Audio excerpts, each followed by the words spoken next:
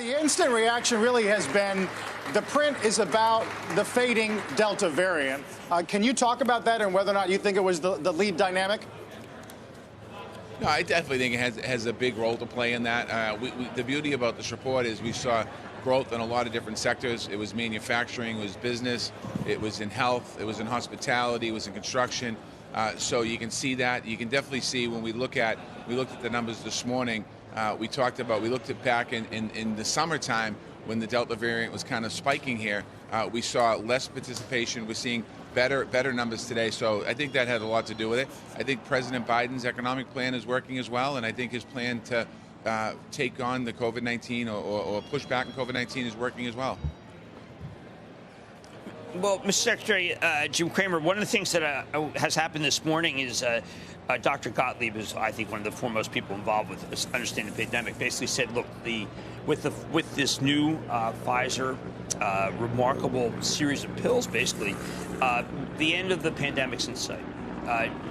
Are we ready for the end of the pandemic? Are we too bearish, too negative? I mean, this could be a remarkable moment.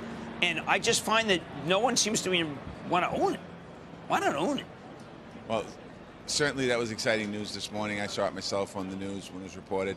I think that that we have to, unfortunately, until that day comes, we still have work to do here. I think that here at the Labor Department, we're going to continue to encourage people and keep working to get people back into the workforce. If that is true and we're able to get something approved by the FDA, I'm not sure where that stands. I didn't see that part of it today. I think a lot of people in this country would love to see the end of the pandemic. We've come a long way. Your previous report, I didn't know who was talking, but when they talked about David Simon saying people want to get back out, want to go shopping, there's a hunger out there in the American people to get back to kind of a new normal here and move forward. And certainly I'd love to be talking to you about what's going on in the economy, minus dealing with a pandemic in the future here, hopefully short term. But in the meantime, we still have work to do.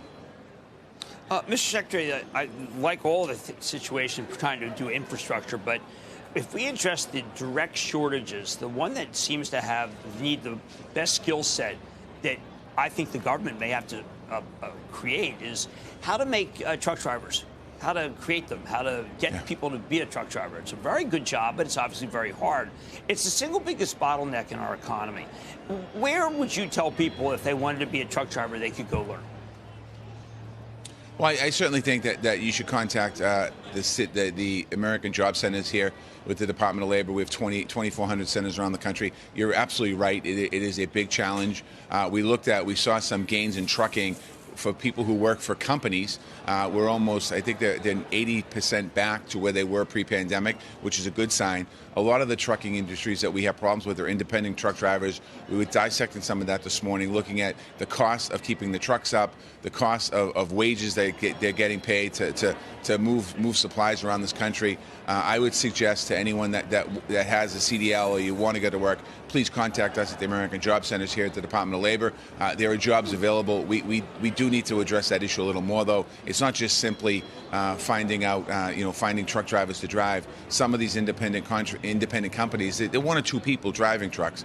That's part of the issues with getting goods and products around this country.